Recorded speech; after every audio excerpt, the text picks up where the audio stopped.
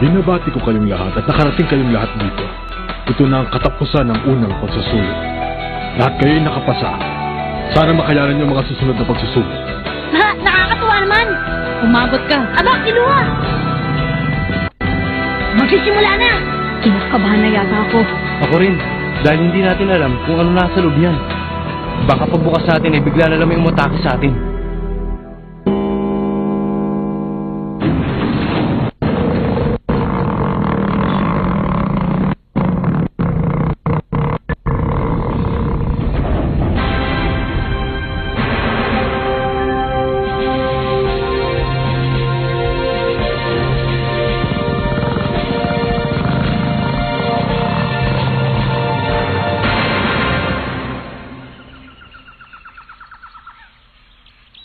Kamusta na kayo? O ano, nagugutom ka na ba dyan? Buhara? Naririnig mo naman, kumukulo na ang tiyan ko. Menchi. Nakikita nyo naman, kaming mga gourmet hunter ang naatasang magbigay sa inyo ng pangalawang pagsusulit. Ano? Gourmet hunter? Ha? Ano yun? Ang gourmet hunter ay isang hunter na naghahanap ng iba't ibang uri ng pagkain. Yung pinakamasarap na pagkain sa buong mundo ang pilit na pinapahanap sa kanila. Siyempre, ang mga hunter na ito ay magaling din magluto. Kung ganon, ang gagawin ay... Tama! Ang pangalawang pagsusulit ay pagluluto. Pagluluto? Sa hirap lang ilabot ko sa pagpunta rito, paglulutuin niyo lang pala ako. Ikaw mataba. Kung may reklamo ka, pwede ka nang umuwi. Ha? Sino man sa inyong may reklamo sa ipagagawa ko, mabuti pang tumalikod na at maglakad ng pauwi.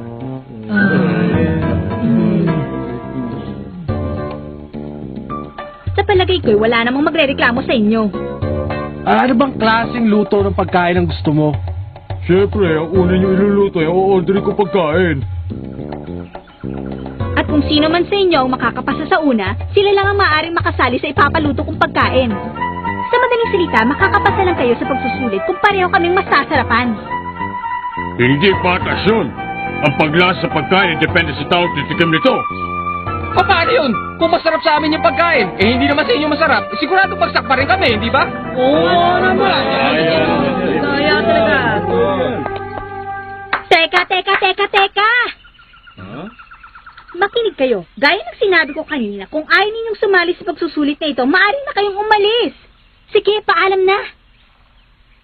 Ang kalokohan yan! Sa tindi ng hirap na inabot ko, hindi na ako babalik. Oo nga naman. Ito talaga taba. Ikaw may kasalanan nito eh. Kung hindi ka nagreklamo, hindi mangyayari ito eh. Ano ba? Magsitahimik na kayo dyan. Kung maggugulo lang kayo dito, mabuti ba muwi na kayo? Ano nga po ba yung sinasabi ninyo? Sa madaling salita, makakapasa lamang kayo kung pareho kaming masasarapan sa luto ninyo. At matatapos lamang ang pangalawang pagsusulit kapag nabusog na kaming dalawa. Huwag muna natin isipin yung lalaki. Sa katawan nitong babaeng ito ay mahina lang siyang kumain. Sigurado mababawasan ang paghihirap natin. Hindi pa naman ako natutong magluto. Hindi ko rin inaasahan ng ganito. Ako! Nasubukan ko na! Huh? Wala naman sa itsura mo. Ano ba kaya mo lutuin? Kahit pa paano marami rin. Pero ang pinakamasarap, kanin na may itlog. Kanin? Na may itlog? Teka lang ha. Pwede na nating sabing luto yun, pero... Doon, tingnan mo naman. Kahit nakapikit pa ako, kahit hindi ako marunong magluto, kaya kong gawin yun. Ang yabang mo naman. Pinuhuli pa nga ako ni Tita Mito nung magluto ako eh. O sige na nga. Pagkatapos ito, ipagluto mo na lang ako ha. Ako rin. Makinig kayo. Ang o-orderin ko eh. Isang lechong baboy kada isang tao. Ano? Kada isang tao? Oo, paborito ko kasi yun eh. Naipon dito ang lahat ng mabangis na baboy. At nagsisimula na ang pinakamagulong habulan. Pinakamagulong habulan?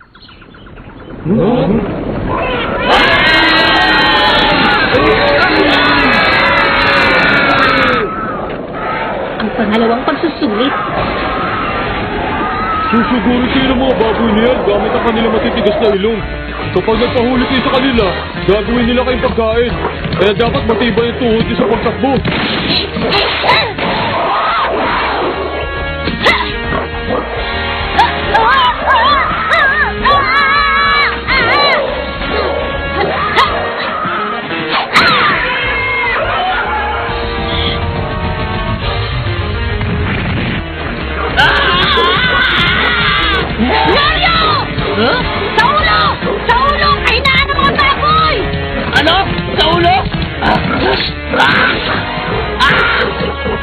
Ha?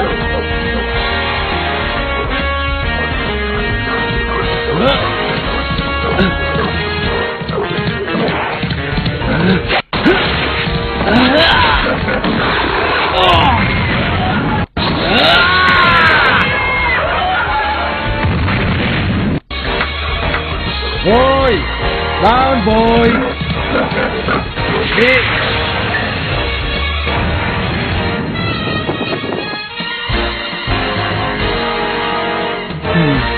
Yari.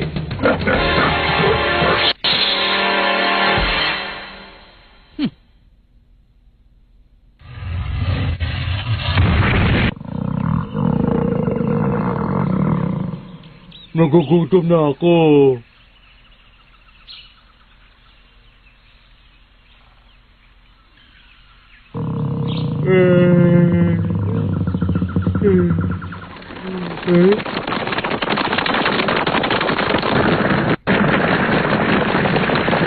Ito na pagkain!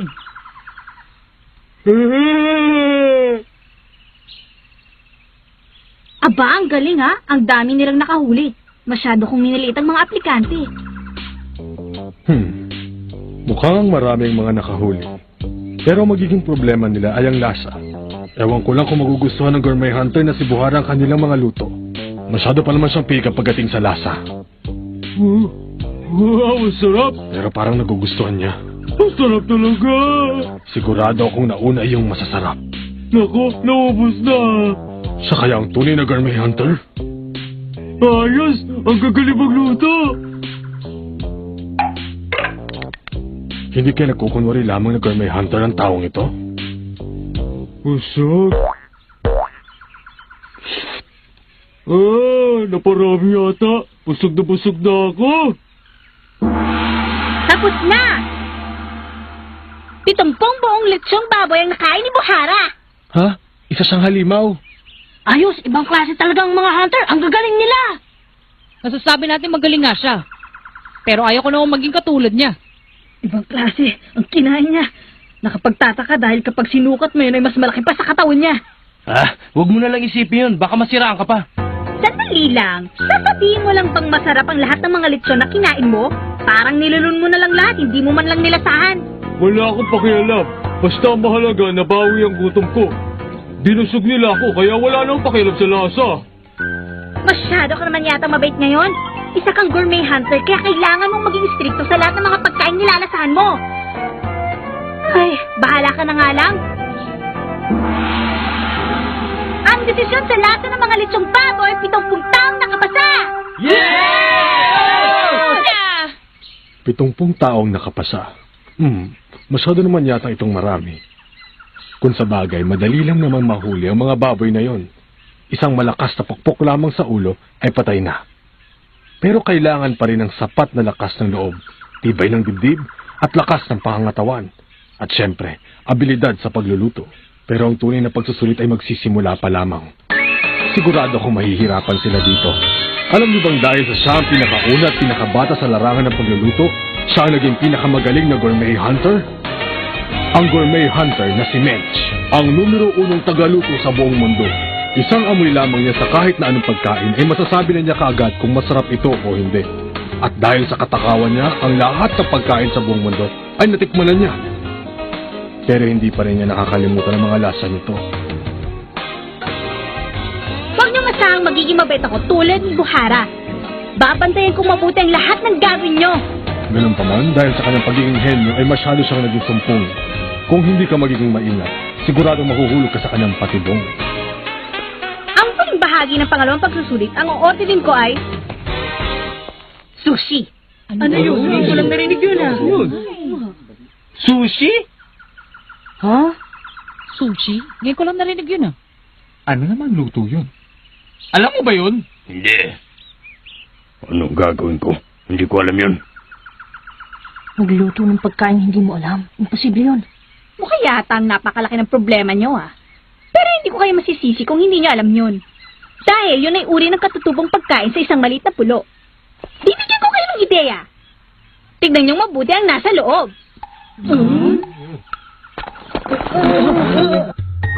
lugar na inyong paglulutuan.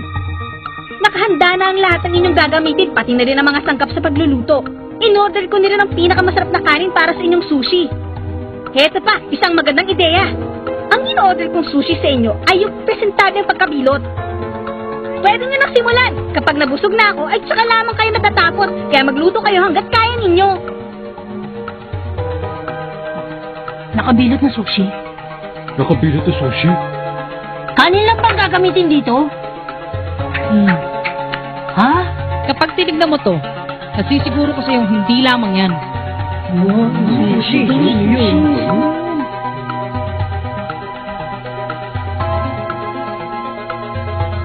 Pasado na ako. Sigurado yun.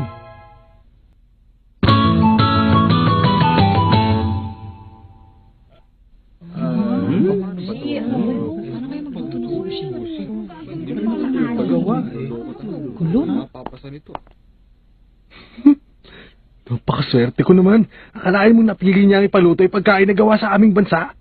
Pero kapag nagmadali ako, baka malaman nilang lahat na alam kong pagkain yun. Ang ipapakita ko, inosente ko. Para makapasa ako mag-isa. Siyempre, kailangan maging mautak. Labo? Paano ba naman yan, no?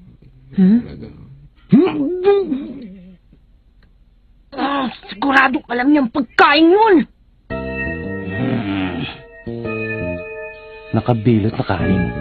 Parang binibigyan niya ako ng ideya kung anong dapat kong gawin, Pero ang hindi ko lang talaga alam ay kung anong bibilutin ko. Nakabilot na sushi. Hindi ko lang talaga alam kung anong hugis ng pagkain na yun. Pero alam kong nabasa ko na yun. Sigurado ka? Sigurado. Yun ay kanin na may suka at iba pang halo.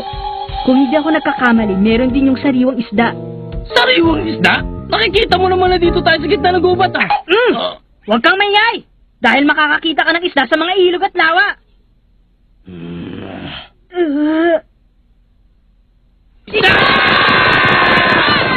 May lahi yata mga tasmoso mga to. Ano lang sa pandinig? Kamali yata ako ng sinabi, kakainis na nga ako. Ako, meron pa palang ibang nakakaalam nun. Masaya ka ba, Ton? Pamimimit ang hilig mo, di ba? Oh!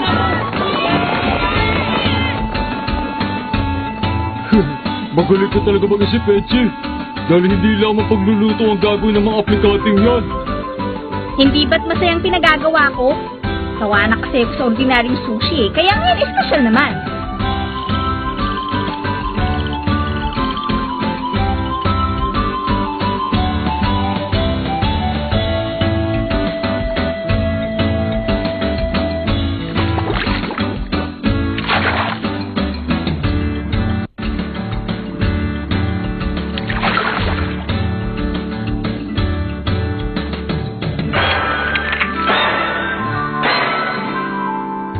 Ayos ito! Hindi na ako makapaghintay sa kakatuwang gagawin nilang lahat. Nandito ako bilang tagapagluto, hindi tagapagbigay ng pagsusulit. Ano? Tagapagluto? Hindi yata bagay. Ano yun? Wala akong sinabi. Kung ganun, tagapagluto ka lang pala, ha? Sana naman hindi ka sumpungin. Sigurado na ako. Sariwang isda na ibinalot sa kanin. Ito na nga yun. Ang galing ko talaga. Tapos na ako. At ako ang nauna sa lahat ng aplikante. Ang tawag ko dito ay Leon Special. Oh, tikman mo na. Aba, patingin nga.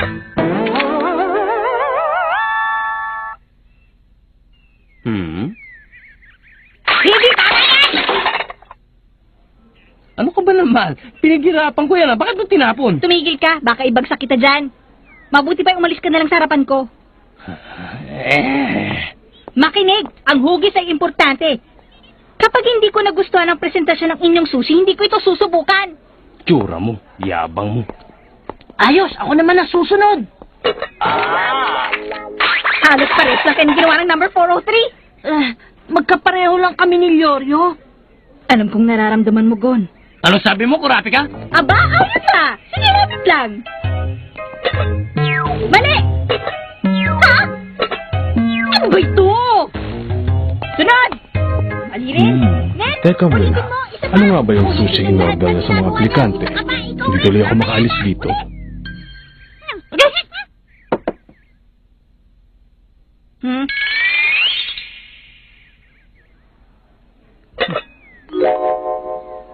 shrimp cocktail at kanin na nakababot sa mustard sauce.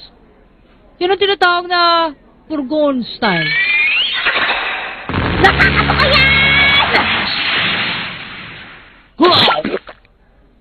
Susunod! Ah.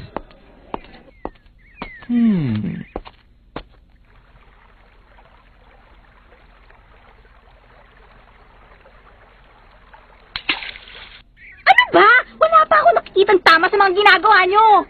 Papatayin niyo ba ako sa gutom? Ano ba naman mga tao ito? Wala naman lang makaisip ng tama. Ang dami ko na ibinigay na clue. Dahil wala akong alam tungkol sa hugis, ang dapat ko na lang gawin ay pag-isipan ng mga sinabi niya sa amin kanina. Ang hugis ay importante. Dapat ay magustuhan ko ang preparasyon. Natitiyak ko na ang presentable at masarap na sushi na gusto niyang ihain sa kanya ay may hahalin tulad sa isang ordinaryong fried chicken o di kaya isang hamburger. At ang bagay na nasa kamay niya, nasisiguro kung gagamitin niya para ipanghawak ng isang pagkain na kasing laki ng itlog o di kaya mas maliit pa dito. Para maging mas presentable, ilalagay ko sa gitna ang isda na mayroong kanin sa ibabaw. Tama.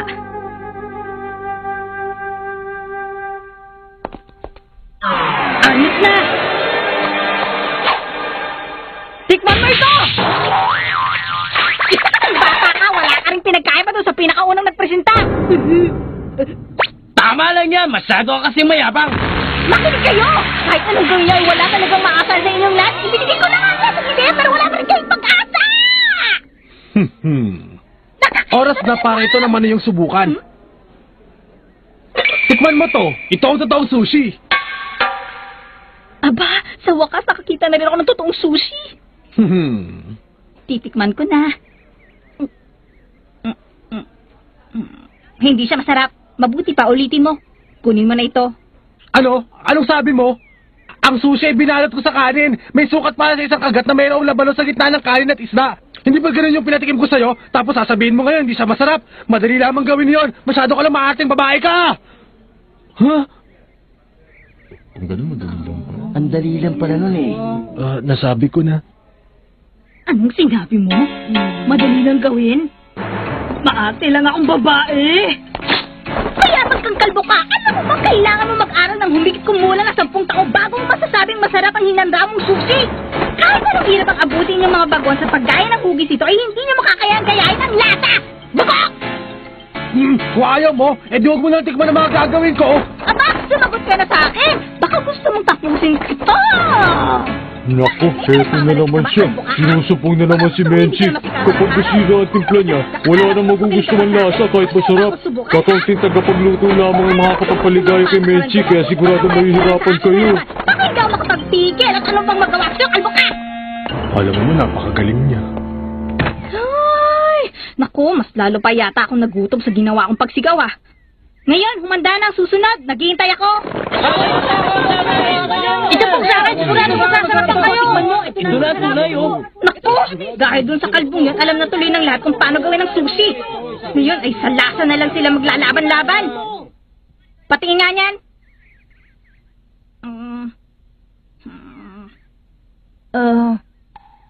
Mali. Mahirap na siyang nguyain. Masyadong madiin ang pagkabilot mo. Menchi, masyado ka yata stricto. Tumahimik ka na nga dyan!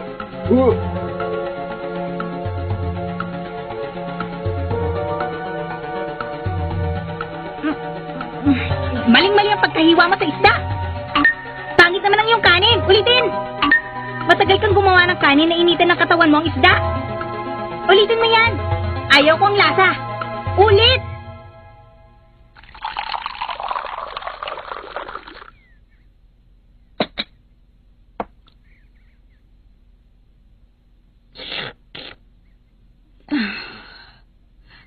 Sorry, nabusog na yata ako sa kinain ko. Teka muna, anong resulta? Wala ni isa. Nung una pa lang sinabi ko sa inyo kapag busog na ako, tapos na. Kaya paalam! Hindi ito ang oras para magbiro ng ganyan. Hindi kami makakapahit dyan. Imposible ko lang pumasa kaya mabuti pa sabihin mo na.